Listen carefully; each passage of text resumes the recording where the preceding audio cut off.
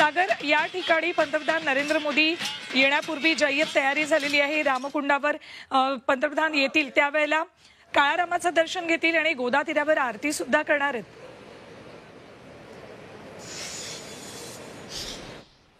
हो, नक्कीच। आता जर पाहिलं माझ्या पाठीमागे तर प्रशासनाने जय्यत तयारी केल्याची आपल्याला पाहायला मिळते।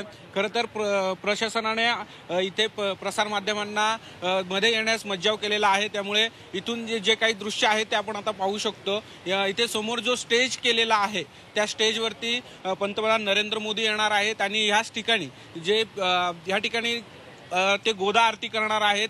ही महाआरती होणार आहे। पहिल्यांदाच इतिहासामध्ये कुठले पंतप्रधान या रामकुंडावरती येणार आहे। खरं तर या रामकुंडाचं महत्व आहे। या ठिकाणी प्रभू रामचंद्रांनी आंघोळ देखील केलेली आहे असं मानलं जातं आणि याच ठिकाणी जे हिंदू धर्मियांचे पाप जे नाश होतं असं मानलं जातं, त्यामुळे याला इतिहासामध्ये महत्व आहे। त्याचबरोबर याच रामकुंडावरती 12 वर्षाने कुंभमेळा भरतो आणि देश विदेशातून जे लोक आहेत ते ह्या रामकुंडावरती स्नान करण्यासाठी येतात, त्यामुळे याला एक ऐतिहासिक महत्त्व देखील आहे। इथे जर आता आपण पाहिलं तर प्रशासनाने पूर्ण जे मंदिर आहे त्या मंदिरावरती फुलं लावलेले आहेत, सजवलेले आहेत मंदिर। ज्यावेळी पंतप्रधान नरेंद्र मोदी ह्या ठिकाणी येतील त्यांना देखील छान असं वाटेल अशी जी तयारी आहे ती प्रशासनाच्या वतीने करण्यात आलेली आहे। त्याचबरोबर नरेंद्र मोदी ज्या ठिकाणी येणार आहे स्टेजवरती त्या ठिकाणी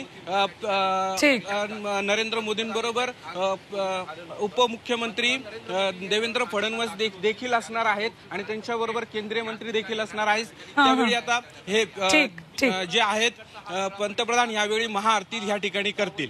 ठीक।